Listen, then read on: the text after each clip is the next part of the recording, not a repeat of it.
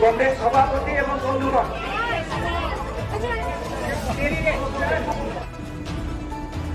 হকারদের পুনর্বাসন এবং ট্রেনে হকারদের সামগ্রী বিক্রি করতে দেওয়ার দাবিতে রেল স্টেশনে বসে যৌথভাবে অবস্থান বিক্ষোভ সিপিএম ও কংগ্রেসের।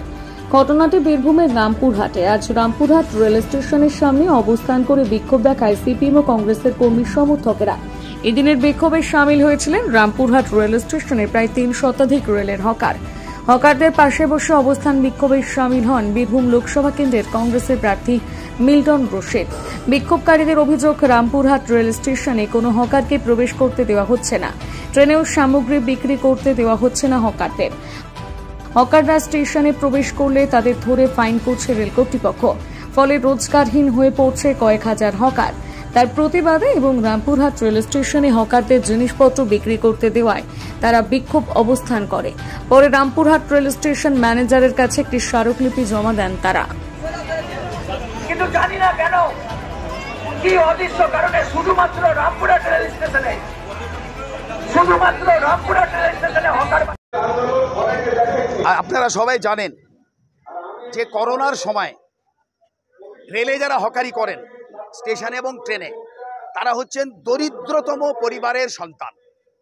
যখন করোনা হলো, হঠাৎ করে ট্রেন বন্ধ হয়ে গেল, তাদের 2 বছর যাবৎ রুটি রুজি বন্ধ ছিল।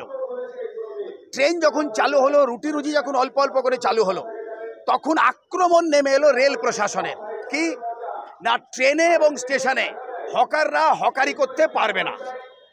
স্টেশন চত্বর আপনারা দেখেছেন, একটা পুরনো আমলের বগি মানুষকে দেখাবার জন্যে 40-50 বছরের পুরনো একটি সস্তার হোটেল তুলে দেওয়া হলো, সেলুন তুলে দেওয়া হলো, ছোট ছোট দোকানগুলোকে তুলে দেওয়া হলো, অর্থাৎ অসংখ্য গরিব মানুষকে পথে বসানো হলো।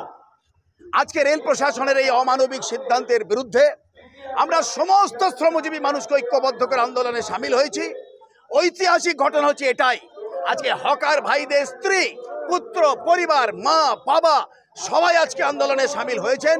রেল প্রশাসন গরিব হকারদের পেটে যেভাবে লাথি মেরেছেন, আমরা হকারদের হকারি করার অধিকার আদায় না করা পর্যন্ত বৃহত্তর আন্দোলনের কর্মসূচি চালিয়ে যাব। তারই সূচনা হচ্ছে আজকের এই আন্দোলনের কর্মসূচি।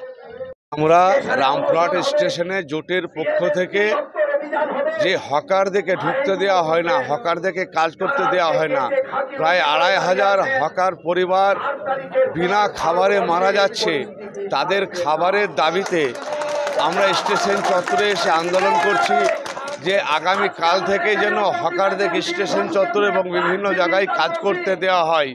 তাই আমরা আন্দোলন শুরু করেছি। এই আন্দোলন আমাদের চলবে যতক্ষণ পর্যন্ত এই কাজ করতে না দেবে, ততক্ষণ পর্যন্ত আমাদের এই আন্দোলন চলবে। ডেপুটেশন দিল হকার্স ইউনিয়ন সিআইটিইউ।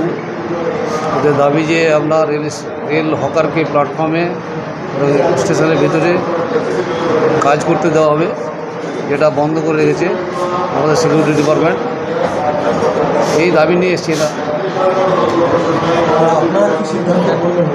আমার সিদ্ধান্ত আমি ঊর্ধ্বতন কর্তৃপক্ষকে পাঠিয়ে দেবো,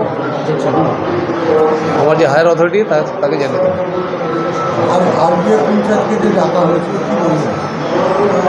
উনি বললেন হায়ার অথরিটি অর্ডার আছে যে না বিচারের জন্য, আর কি হকারকে অ্যালাউ না করার জন্য।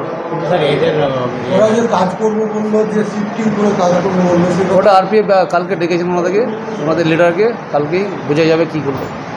এদের বক্তব্য স্যার অন্যান্য স্টেশনে সব চলছে, রানিং আছে, সেটা আমার জানা নাই, কারণ আরপিএফ ডিপার্টমেন্টের সিকিউরিটি ডিপার্টমেন্টের কাজ, ওনারা বলতে পারবেন চলছে কি না। উনি বললেন যে বন্ধ আছে হাওড়া ডিভিশন টোটাল।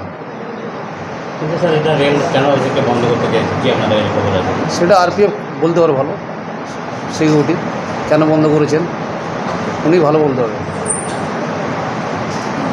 আপনার সিদ্ধান্ত হ্যাঁ পাঠিয়ে